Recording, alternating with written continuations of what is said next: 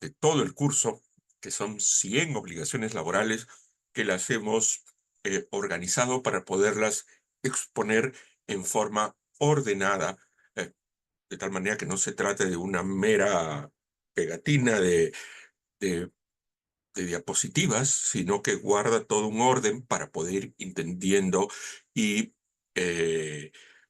asimilando el conocimiento para el buen cumplimiento de estas obligaciones, que tienen como cometido, pues, que la empresa, la institución, respecto de sus obligaciones laborales, no caiga en incumplimientos, como bien nos mencionó el señor Nerio González, que puede ser por desconocimiento, por una incorrecta interpretación de la norma, que no es fácil. La norma laboral la normativa laboral es muy dispersa en el Perú. Hay que recordar que adolecemos de un código o estatuto del trabajo, de tal manera que hablamos de cientos, muchos cientos de leyes y decretos supremos, resoluciones ministeriales que hacen difícil su cumplimiento. Por eso, la importancia de un curso como este, que nos permite tener una visión sistemática, orgánica, de las obligaciones laborales.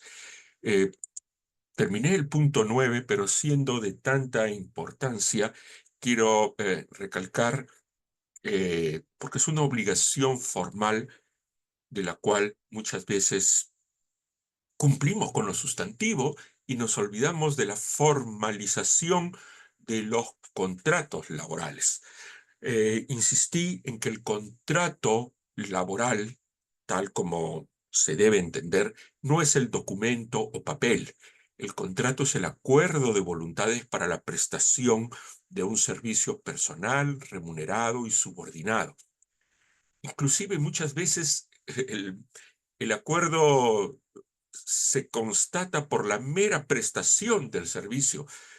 Ese acuerdo que supone saber qué es lo que voy a hacer, en qué puesto, bajo qué condiciones de jornada, horario, cuáles son mis responsabilidades, cuáles son los descansos, cuál es la remuneración o la estructura remunerativa. Todo ello a veces se hace verbalmente o se hace sobre la marcha. Por eso es que el contrato de trabajo es un sinónimo de relación de trabajo. Y como nos dice la doctrina más informada, se habla de un contrato realidad, que el contrato de trabajo se hace tangible en la prestación misma del servicio, donde se recogen los elementos del contrato o relación de trabajo en la prestación misma de servicios. Y que, como hemos visto en la clase del día lunes, en aplicación del principio de primacía de la realidad, lo que tiene valor y determina las obligaciones y naturaleza de la relación es la prestación misma de servicios por encima de los elementos formales. Aún así, hay que recoger, estando dentro de una relación de trabajo, los distintos tipos de contratos laborales que les mencionaba, que a propósito de preparar este curso, eh, antes no tenía este cuadro y me puse a determinar cuáles son las formalidades para cada uno, escrito u oral, cuál es la exigencia, y que el segundo grado o paso de formalidad es el registro ante la autoridad de trabajo del formato que sea formalizado por escrito. En algunos casos, como pueden ver, hay la obligación de registro y en otros casos, además del registro, se requiere de la aprobación por la autoridad de trabajo. Por lo tanto, tenemos tres niveles: la escrituralidad, el registro y la aprobación. Y también es obligación del empleador no solo cumplir de acuerdo con la ley qué formalidad o si hay necesidad de registro o si hay necesidad de aprobación de acuerdo al tipo de contrato, como pueden ver en el cuadro, sino que también hay la obligación de entrega de copia al trabajador. Uno lo puede suponer como hecho, por algo el contrato es un acuerdo de dos partes, pero sin embargo, muchas veces no se le entrega al trabajador.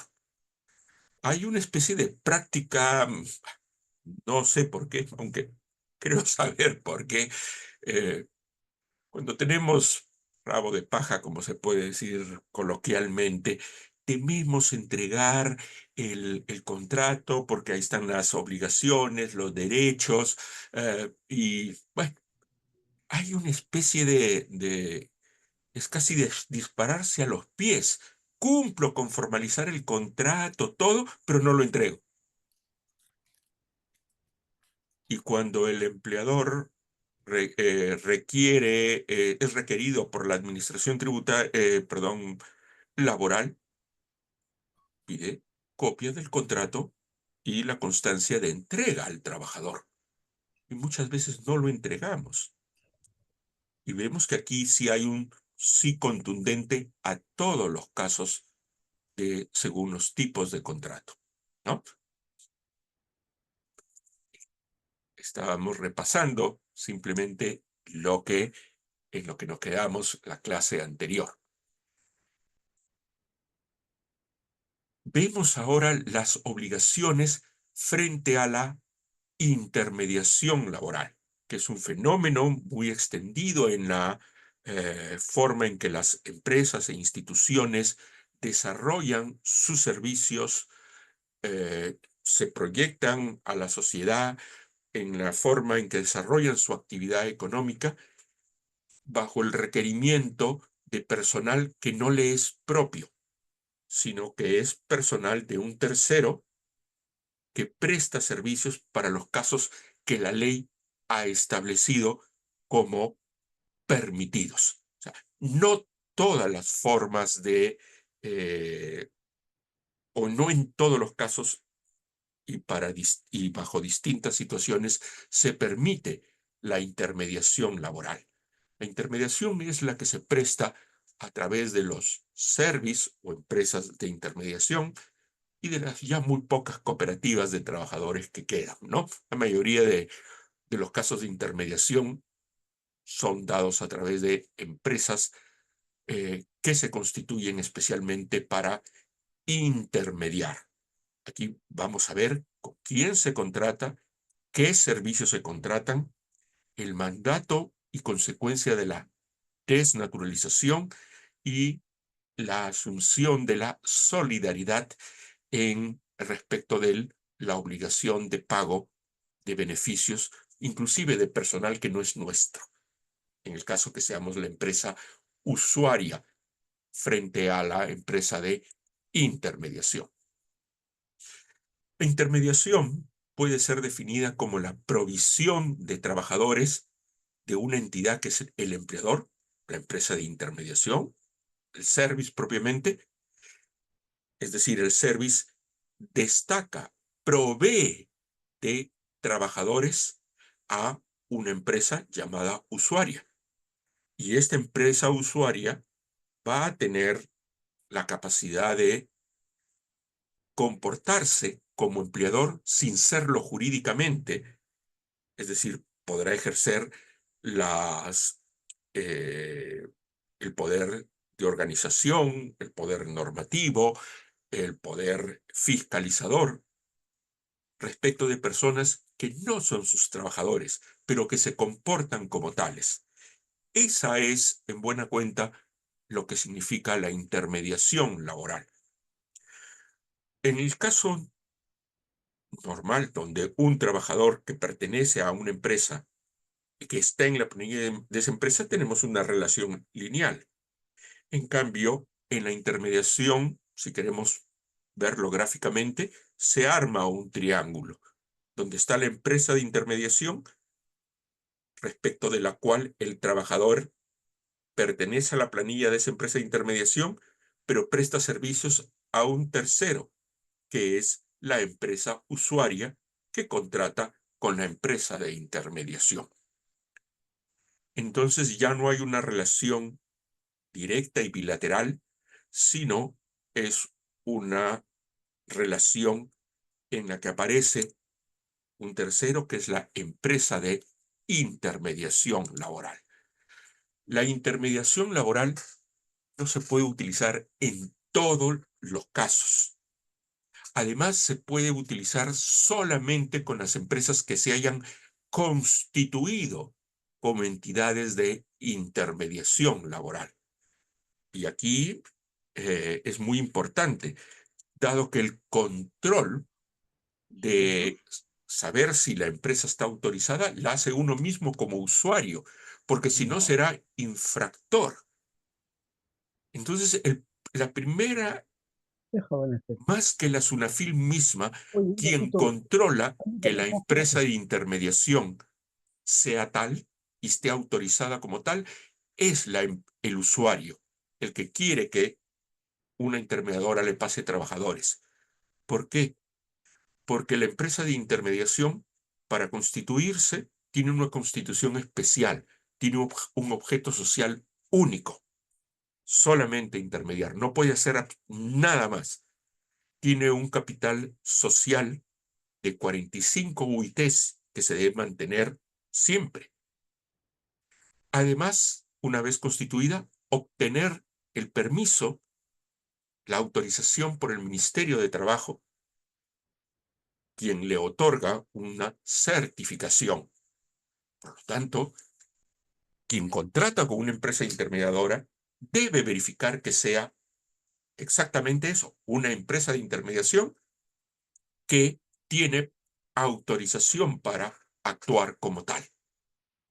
Entonces, la intermediación no se da respecto de cualquier empresa, sino de quien tiene la debida autorización.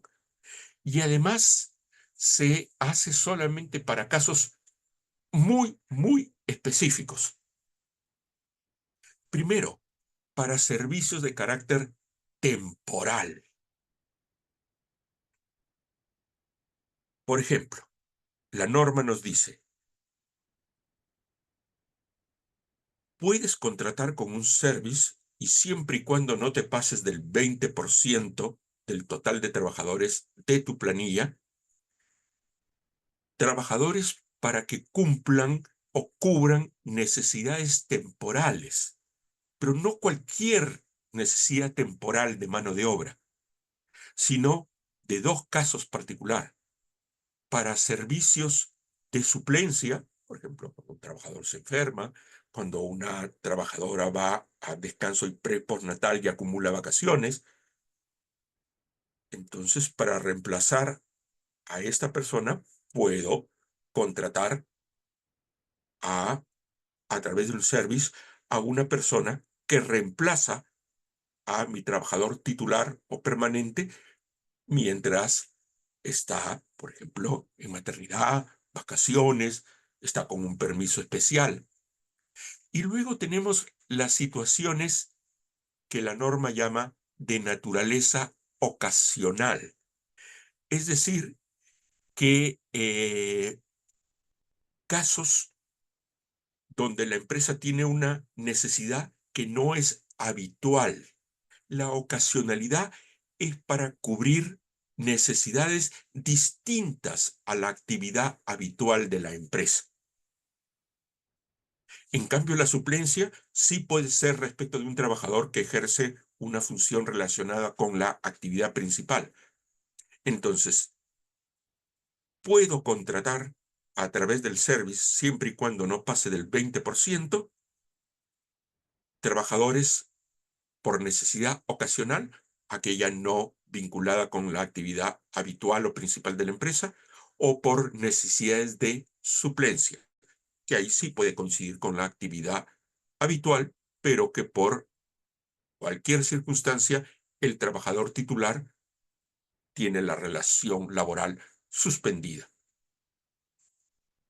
Entonces, ahí hay que ver dos cosas de fondo: la temporalidad y no pasarse del 20%. Luego tenemos los servicios de carácter complementario, respecto del cual no hay límite. Aquí no se aplica el 20%, pero lo que sí se analiza es el trabajo de fondo que va a realizar el trabajador del service. Aquí se habla que es para cubrir servicios complementarios. Y la ley entiende servicios complementarios como aquellos de carácter auxiliar, accesorio o secundario, no vinculado a la actividad de la empresa, tales como seguridad, vigilancia, custodia, mantenimiento, limpieza, mensajería externa. Eso se pueden cubrir a través de los servicios complementarios. Muy parecido a esto, tenemos los servicios especializados, también para cubrir necesidades auxiliares, secundarias, no vinculadas a la actividad principal, pero que exige un alto nivel de conocimientos técnicos o científicos o particularmente calificados, tal como el mantenimiento y saneamiento especializado. Por ejemplo, si soy una clínica, una empresa de servicios médicos, y la contratación del personal, por ejemplo, de saneamiento, no es el trabajador con capacitación mínima que simplemente se dedica a limpiar, no. Se requiere de un técnico por las condiciones especiales que requiere, por ejemplo, una clínica, un hospital, una empresa de muestras, perdón, muestras médicas, de análisis médicos o clínicos. Entonces, estos son los tipos de intermediación, no para otros. Muchos quisiéramos contratar libremente a través de la intermediación, pero está restringida. Y pasarme de ello no solo es una falta, sino que, además de ser multado, cuando transgredo las normas que hemos mencionado, los requisitos y obligaciones detrás de la intermediación laboral, estaré sujeto a que el trabajador se repute como propio de la empresa usuaria. Precisamente lo que quería evitar cuando se transgrede los límites porcentuales o los límites cualitativos de los que hemos hablado. Es decir, por ejemplo, si una actividad no es accesoria o secundaria, o no hay la temporalidad que estoy arguyendo, o me paso del límite según qué tipo de intermediación. Entonces, esa es quizá la consecuencia más grave, que además de poder ser multado, es que se repute al trabajador como propio. De tal manera que la intermediación no pueda ser, y aquí son requisitos adicionales que nos pone la norma, o supuestos prohibidos más que requisitos, es que la intermediación no puede usarse para cubrir personal que se encuentre ejerciendo el derecho de huelga, o para cubrir personal en otra entidad de intermediación. Es decir, no hay intermediación de la intermediación. O para prestar servicios que impliquen la ejecución permanente de la actividad principal de la empresa usuaria. Precisamente lo que vimos en los tipos de intermediación. Recordemos, ¿cuál es la prohibición? Servicios que impliquen ejecución permanente de la actividad principal de la empresa usuaria. Contrario sensu, sí se permite ejecución permanente, pero de actividades complementarias, auxiliares o secundarias. O ejecución temporal de actividad principal. ¿Mm? Entonces, esta prohibición se concatena con los tipos que vimos, ¿no? Y la desnaturalización, que supone que el trabajador intermediado, destacado, se va a reputar como trabajador de la empresa que recibe el servicio cuando se hace con exceso de los porcentajes limitativos que hemos mencionado, o en los casos de intermediación para servicios temporales distintos de los que pueden ser cubiertas por naturaleza ocasional o suplencia. Es decir, la temporalidad que la ley califica como habilitadora para la intermediación es para servicios ocasionales, es decir, no habituales o no relacionados con el objeto social, o estando relacionados con el objeto social para reemplazar o suplir a otro trabajador permanente. O la intermediación para labores distintas a las previstas para las empresas de servicios y cooperativas de trabajadores, es decir, cuando no son complementarias, secundarias, auxiliares. Y una más, también se considera una causal de desnaturalización el reiterado incumplimiento de las obligaciones de la empresa usuaria. Eso hace que, bien por apremio de la inspección o bien por un proceso que se ha judicializado, el trabajador sea reputado como trabajador de la empresa usuaria. Y además, otra forma de controlar a la empresa de intermediación. En otras palabras, contratar con una empresa de intermediación no solo debidamente constituida, como hemos mencionado, y que cuente con autorización, sino que sea una empresa de intermediación seria, que cumpla con las obligaciones laborales, que le pague al trabajador sus beneficios, su remuneración, que haga los aportes a la seguridad social, a pensiones, porque si no, el usuario va a ser considerado como responsable solidario. En otras palabras, el trabajador puede demandar al service y a la empresa donde fue destacado.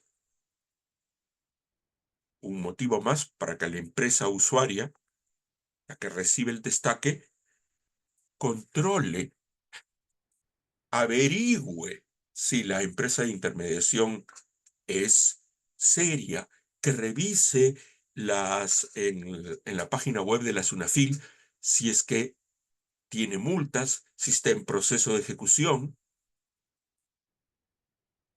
Si veo que una empresa de intermediación pues es, entre comillas, caserita de la SUNAFIL y tiene muchísimas multas y muchas veces en proceso de ejecución, no contrato con ella. Y no va a pasar nada porque les aseguro que service hay un montón. Hay que escoger el adecuado. Y algo que le pueden decir a sus clientes. Cuando un proceso de intermediación sale muy barato, es muy probable que ese abaratamiento se hace sobre la base de no reconocer beneficios, porque la intermediación no es más barata, no puede ser más barata. ¿Por qué? Porque además del costo de la mano de obra, en el entendido que cumplo con todas las obligaciones, está la utilidad de la intermediación. En cambio, cuando contrato directamente, me cuesta lo que cuesta el trabajador y no tengo que pagar ahí la utilidad de la empresa intermediadora. Por eso desconfíen cuando hay un costo, o una evaluación o una cotización por trabajadores que cuando sabemos que los contratamos directamente cuestan más o menos tanto. Hay unos que tienen que ser idénticos, pues.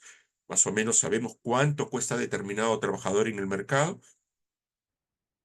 Si es muchísimo menos, es muy probable que ese abaratamiento se hace sobre la base de el incumplimiento de beneficios, que después me rebota.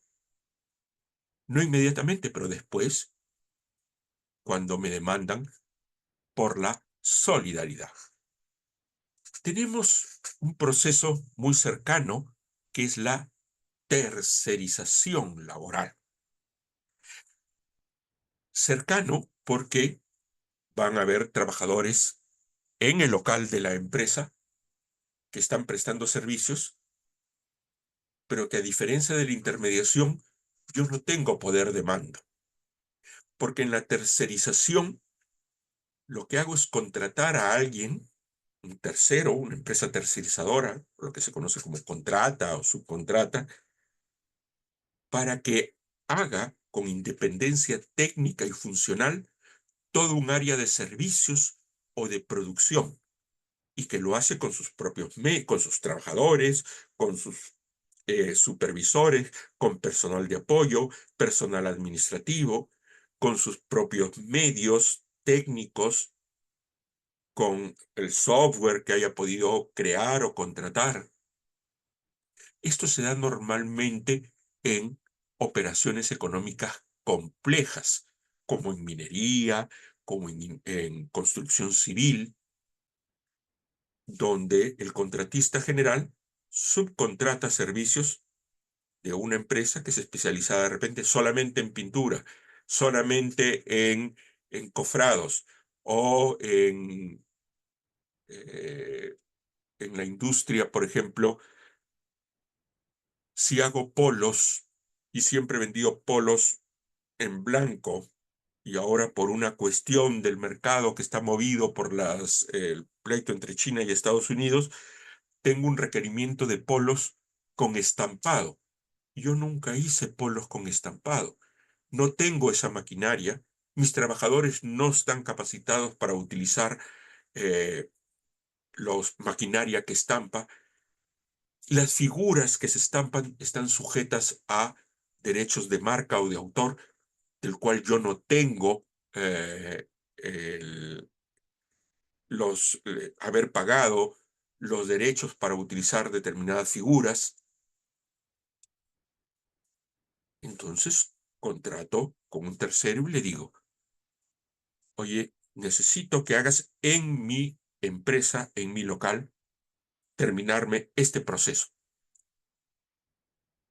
Que si sería tercerización externa, donde yo mando el millón de polos a la fábrica para que lo estampen, ahí no hablamos de tercerización laboral, porque no hay destaque de personal.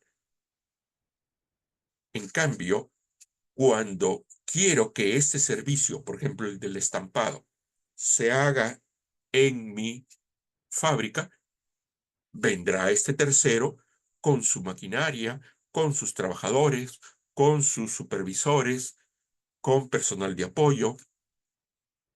Él paga las patentes o derechos, ¿eh? Etcétera.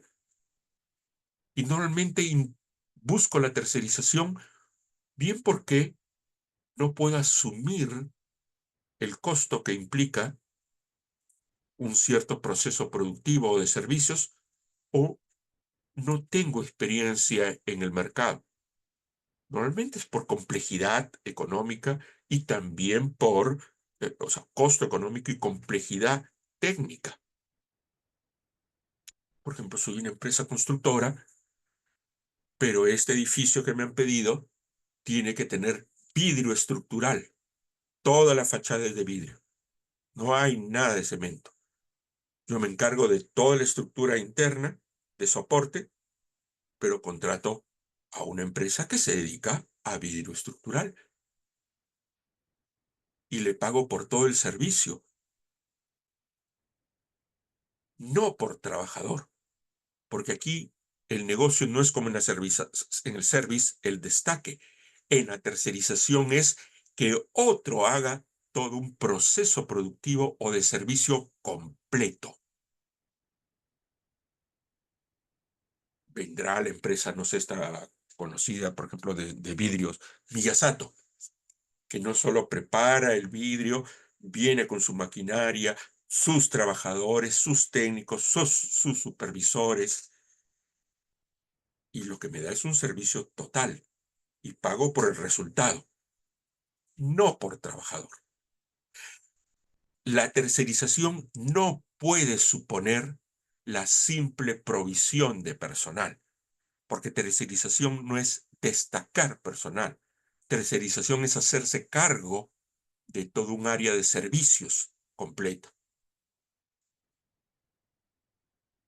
Por ejemplo, estoy pensando donde trabajé en Gaceta Jurídica, que su especialidad es la industria editorial. Tenemos revistas, tenemos libros, etcétera. Allá adentro habemos un montón de abogados, contadores, administradores. Habrán los especialistas en diseño, diagramación, impresión. Pero tengo que repartir las revistas a nivel nacional. Y esto ya se sale de mis manos. Entonces puedo contratar, no sé, a una empresa tipo Olva Courier.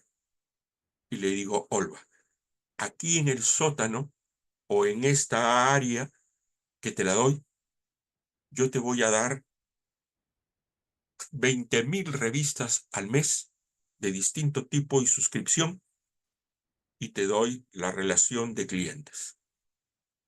Tú te encargas de el empaquetado, de la emisión de la guía, para eso manejas tu software, para eso tienes tus técnicos o cargadores, te encargas de que eso vaya plastificado y que en un plazo determinado llegue a cada suscriptor y te pago tanto. Entonces vendrá Olva con sus almaceneros, vendrá con sus patos hidráulicos, con sus cargadores frontales, con sus camionetas de reparto, con choferes, con trabajadores. ¿Y yo qué pago? El total por entregarme las 20.000 revistas. ¿Que hubo personal trabajando en mi empresa, en mi local, en mi sótano? Sí, pero no es mi trabajador, ni yo tengo una labor, no tengo poder de dirección sobre él. A lo más una cuestión de coordinación. Eso es la tercerización. Entonces recuerden mucho la tercerización, que a veces la forzamos, que termina siendo una intermediación encubierta. Y lo peor, que cuando se desnaturaliza la la tercerización, porque se ha convertido en una simple provisión de personal, que podría ser un caso de intermediación, pero como no tengo autorización de service y estoy seguro dando una labor que está vinculada con la actividad principal de la empresa, todo se cae. Está desnaturalizada la tercerización, desnaturalizada la intermediación. Además que me multan, el trabajador se reputa como propio.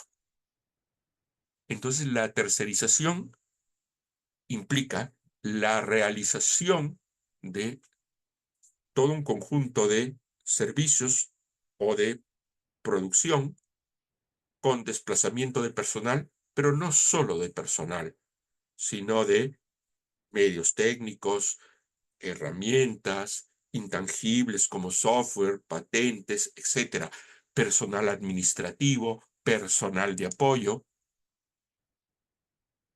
Por eso es que la tercerización supone que tiene como requisitos en la ley que el que terceriza, es decir, la contrata, asuma los servicios prestados por cuenta y riesgo, que cuente con sus propios recursos financieros, técnicos o materiales, que sean responsables por los resultados de sus actividades, que los trabajadores estén bajo su exclusiva subordinación y no de la empresa principal. Por eso es que podemos decir con contundencia una vez más, en ningún caso se admite la sola provisión de personal. Muchos dicen, no pasa nada. Bueno, que no lo han descubierto, que no lo han demandado o no lo han fiscalizado. Son elementos característicos o típicos en los procesos de intermediación, que la contrata suele tener varios clientes, cuenta con equipo, hay inversión de capital. La retribución es por obra o servicio, no por trabajador. Otros indicios es la separación física o funcional, si bien coexisten en un área, pero funcionalmente no están confundidos porque es un área de servicios o producción distinta. Hay una organización autónoma de soporte a las actividades de tercerización. Tenencia y utilización por parte de la empresa tercerizadora de habilidades, experiencia, métodos, secretos industriales, certificaciones, calificaciones, en general activos intangibles volcados a la actividad objeto de tercerización con los que no cuenta la principal.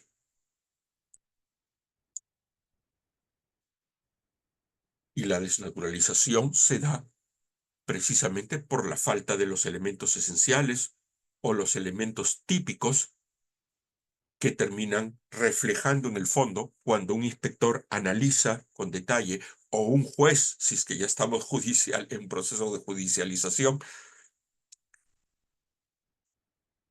la ausencia de los elementos esenciales o típicos señalan precisamente que no hay autonomía empresarial de la tercerizadora. Es también una causal de desnaturalización que los trabajadores de la tercerizadora estén bajo la subordinación de la principal. En el ejemplo que les daba de Gaceta y Olva, si yo soy funcionario de Gaceta, no me meto en el trabajo de Olva. No puedo porque no son mis trabajadores. A lo más podría hacer una observación y me dirigiré a los funcionarios de Olva. O habrá una parte de coordinación al momento de la entrada por cuestiones de seguridad. ¿Y cuál es la consecuencia de la desnaturalización? Que el trabajador sea considerado como trabajador de la empresa principal. Y aquí también funciona la solidaridad. Entonces tengo que tener cuidado a quién meto, entre comillas, en mi empresa para que tercerice y se encargue con autonomía de un área de servicios o producción. Porque si en el ejemplo que les mencionaba, Olva no paga a sus trabajadores, podrá demandarme conjuntamente. O lo que es peor, la administración tributaria podrá demandarme o el sistema pensionario podrá demandarme por el no pago de los tributos. Una razón más para ver con quién tercerizo. Entramos a nuestro tercer módulo, remuneraciones y beneficios sociales. Importantísimo. La remuneración es uno de los elementos esenciales del contrato de trabajo o relación de trabajo. Ya hemos mencionado que la relación de trabajo es una prestación personal subordinada a cambio de una remuneración. Todo trabajo se reputa remunerado. El trabajo dependiente, dispone nuestra Constitución, es remunerado. La única excepción es el trabajo bajo procesos de voluntariado, cuando, en aplicación de la ley del voluntariado, hay prestaciones que se hacen no con un carácter productivo, sino con de empatía social, de compromiso social, que se hace a través de una institución y cuyo programa de voluntariado tiene que estar inscrito en el Ministerio de Justicia, por ejemplo, o en el Ministerio de la Mujer y Poblaciones Vulnerables. Y eso lo digo porque sigo viendo, sobre todo cuando eh, tenemos que el gerente es dueño a su vez de la empresa o es accionista de la empresa, dicen, no es que él ya gana por sus dividendos. Bueno, pues que se quede con sus dividendos, pero no tiene por qué venir a trabajar. Si va a venir a trabajar, tiene que estar en planilla y una remuneración. Pero es gerente. ¿Y cuál problema hay? El gerente es, como hemos visto en la calificación de trabajadores, trabajador de dirección y confianza. Precisamente la ley le ha previsto una calificación especial. Es tan trabajador como cualquier otro. Trabajador de dirección, ciertamente, pero trabajador. el hecho de que hayan otras relaciones entre esta persona natural, gerente, y la persona jurídica, de la cual de repente él es accionista, es decir, hay una relación de carácter societaria por el cual recibe dividendos, pero eso es otra relación. A su vez podrá ser miembro del directorio, por el cual hay una relación de carácter civil por el cual recibe dietas. Van en paralelo, no se cruzan. Y también puede prestar servicios como cualquier otro trabajador común o trabajador de dirección, como jefe, como supervisor, como gerente, subgerente, y eso es una relación laboral. Por lo tanto, que una persona natural tenga a su vez con esa persona jurídica una relación societaria de propiedad o una relación civil como director, no se opone y no excluye ni impide que haya una relación de trabajo. Entonces, a tener muchísimo cuidado, porque a veces, vuelvo a decir, nos disparamos a los pies, porque ante la SUNAT declaramos gerente Jorge Castillo de la empresa Atlantis, y lo declaro en la ficha RUC, pero en la planilla no estoy. ¿Y por qué no lo han puesto? Es que es dueño de la empresa. Nada supone, si soy gerente, tengo que estar en planilla. Y recuerden, por el proceso de la eh, interoperabilidad, desde el 2016, las distintas administraciones en forma progresiva van compartiendo información. La SUNAT con la SUNAFIL, con el Poder Judicial, con el Ministerio de Trabajo, etcétera, con migraciones, de tal manera que conocen ya la información que hemos declarado a otras administraciones. Y eso como antesala a las obligaciones concretas.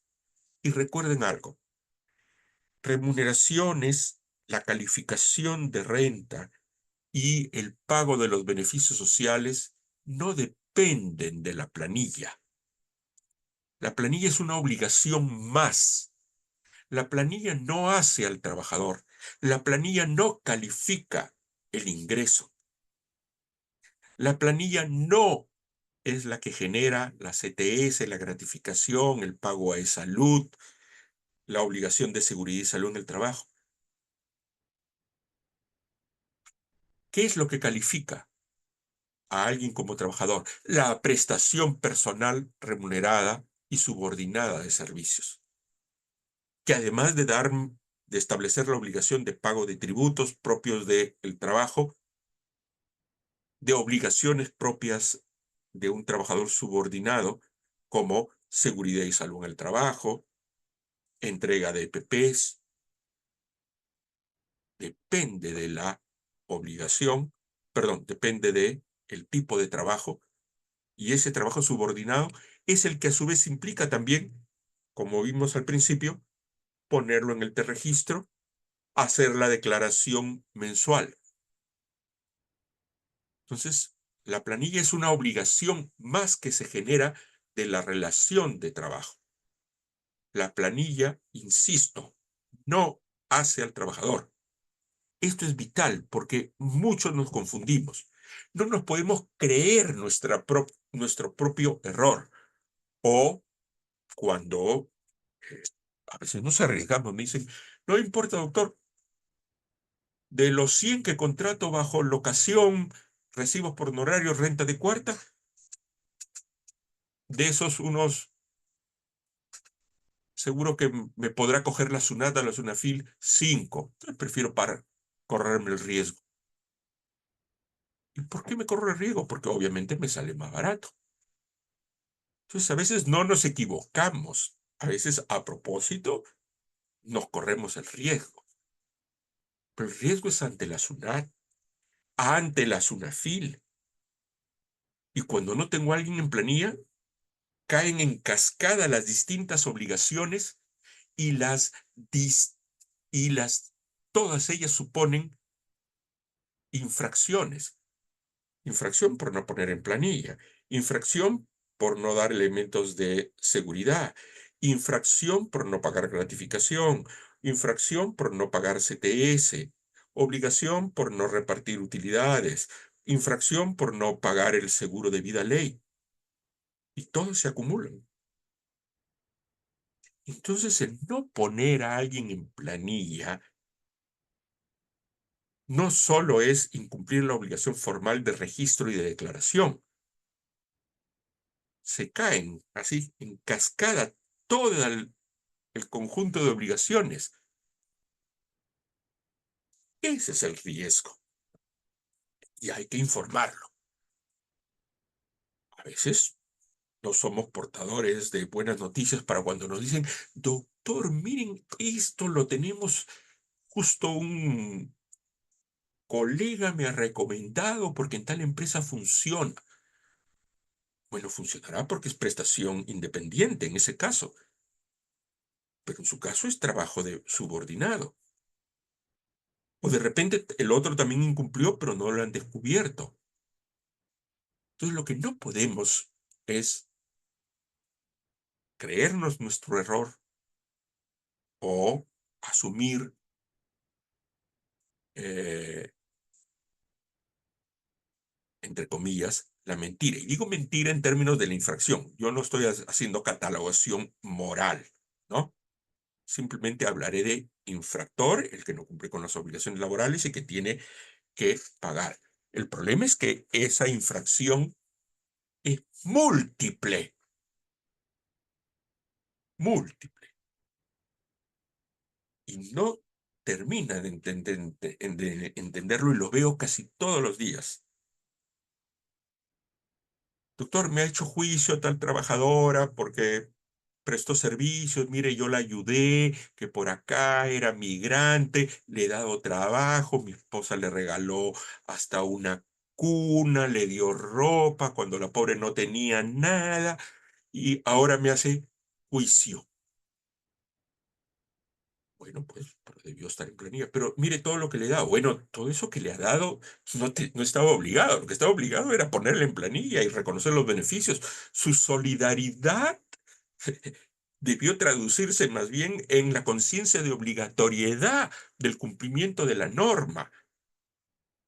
Respecto al trabajador, lo que tengo que es hacer cumplir la obligación legal, no la obligación de empatía social o moral. Si quiere, eso es además, pero eso no quita que usted sea infractor.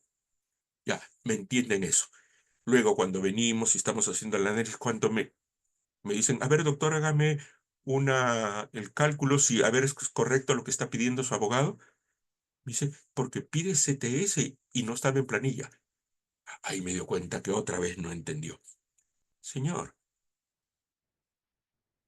la obligación de planilla es una cuestión de declaración, de registro y declaración. Los beneficios nacen por el hecho de ser trabajador dependiente, aun cuando no esté en planilla, aun cuando no esté en planilla. Y peor es cuando sucede algo muy grave, como por ejemplo un accidente, que puede ser de trabajo o no.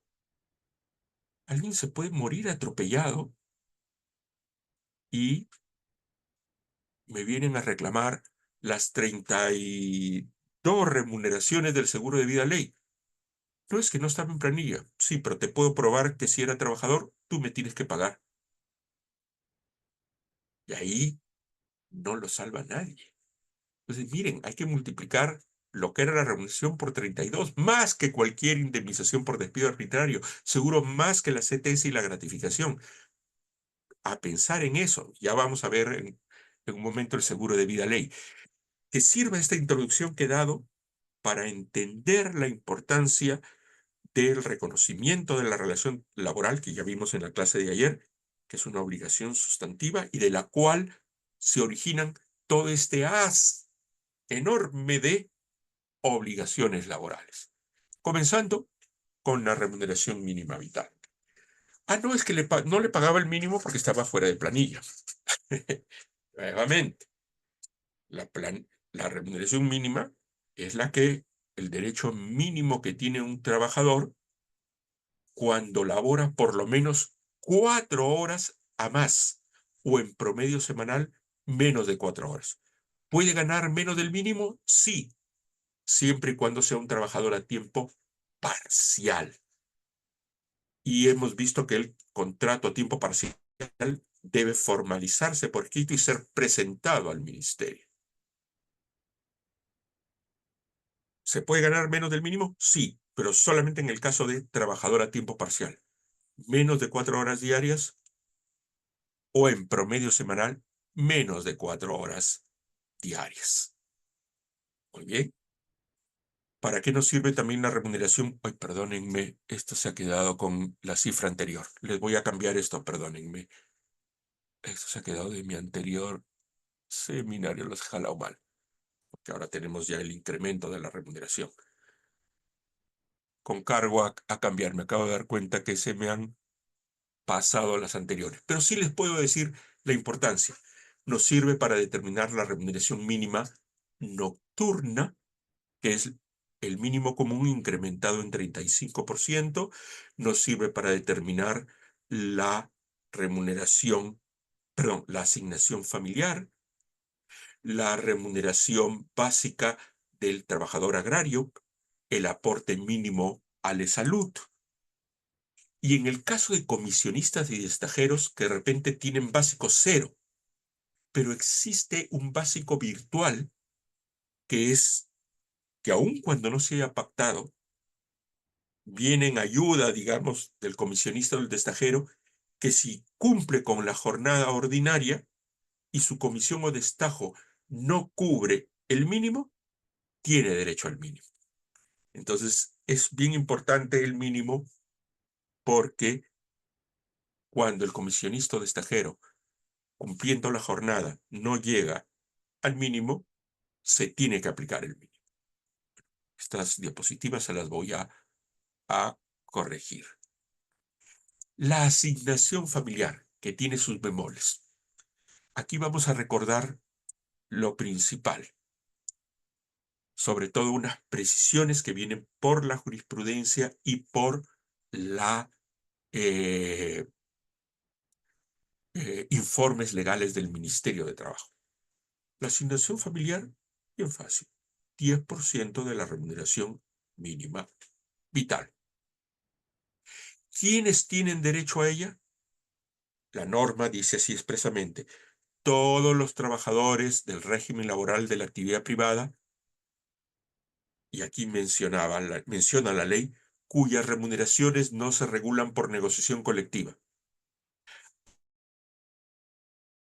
Ahí la Corte ha dicho, poner esa condición de que las remuneraciones no se regulan por negociación colectiva no se puede interpretar razonable y constitucionalmente negar a aquel que tiene convenio colectivo. No tendría derecho si es que el convenio colectivo da un beneficio similar o mayor. Pero el simple hecho de que haya negociación colectiva, per se, no quiere decir que haya el pago de un derecho similar a la asignación familiar. Entonces, la Corte Suprema ha dicho, no se puede leer así literalmente de que no se regulan por negociación colectiva. Lo que debe decir es, o debe entenderse y leerse de esta manera, que tiene derecho aquel trabajador del régimen de la actividad privada, y si sus remuneraciones se regulan por negociación colectiva, no tenga un derecho igual o mayor. En ese caso es que se interpreta de esa manera. Y ahora viene ya al lado de la carga familiar. ¿Respecto de quién?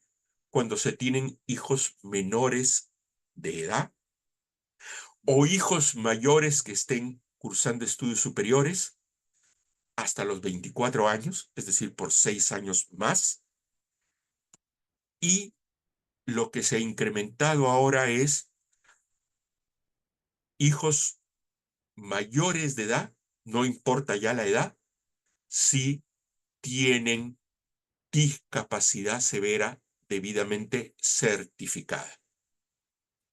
Entonces, son 3 las situaciones que generan la asignación familiar: hijos menores de edad, hijos mayores de edad hasta 24 años que cursen estudios superiores, o hijos mayores de edad sin límite alguno, siempre y cuando tengan declaración de discapacidad severa.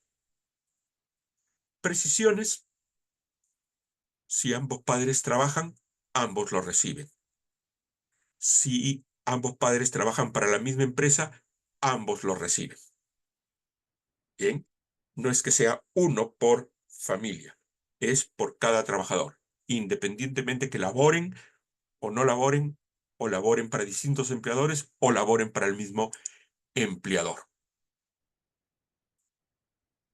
La precisión primera, ya se las expliqué cómo se interpreta lo del convenio colectivo, y luego vienen aquí las precisiones que ha hecho el Ministerio de Trabajo a través de informes legales. ¿Qué pasa cuando un trabajador labora menos días? Porque entró corrido el mes, o termina antes del mes, o ha faltado, o tiene una licencia sin goce de haber, o tiene una sanción disciplinaria. La cosa es que no ha trabajado completo el mes. ¿La asignación familiar la pago en forma proporcional o completa? El Ministerio de Trabajo, yo personalmente no estoy de acuerdo, porque la ley dice que tiene carácter remunerativo, y la remuneración tiene un sentido contraprestativo. Debió haberlo dicho de otra manera, pero es de opinión del Ministerio de Trabajo que la asignación familiar se paga completa, aun cuando haya laborado menos días del mes. La remuneración ordinaria sí la pagaré en forma proporcional, pero la asignación familiar se paga completa. Segundo, otra precisión del Ministerio de Trabajo: en caso de vacaciones, la asignación familiar forma parte de la remuneración vacacional. Claro, porque tiene carácter remunerativo. Entonces, cuando calculo la remuneración vacacional, tomo la remuneración ordinaria, la asignación familiar. Si es que hay remuneraciones variables e imprecisas, como comisiones, horas extras, destajo, lo incorporo, pero ya no diferencio. Dentro de la remuneración vacacional hay un todo. Pero aparte hay que pagar la asignación familiar. Si bien fue tomada como base para el cálculo de la remuneración vacacional, aparte tiene que estar la asignación familiar. Entre comillas, ¿se entendería que la estoy pagando 2 veces en el mes de vacaciones? Sí, porque la he incorporado en la remuneración vacacional y además tengo que pagarlo aparte. Tampoco estoy de acuerdo porque eso no dice la norma. Muy bien. Bueno, lo otro es que al tener carácter remunerativo es computable para todos los beneficios sociales y sirve de base de cálculo para todos los tributos y aportaciones. ¿Mm? Eso a tener en cuenta, porque eso no fluye de la norma. ¿De dónde proviene la primera precisión? De la Corte Suprema. Las otras, de los informes legales del Ministerio de Trabajo. Las condiciones de trabajo. La obligación de solventar condiciones de trabajo. No solo estoy obligado a solventar las condiciones de trabajo, sino que también, cuando las pago, debo cumplir con determinados requisitos. Porque muchas veces no solo cumplo con la obligación de pagar, sino que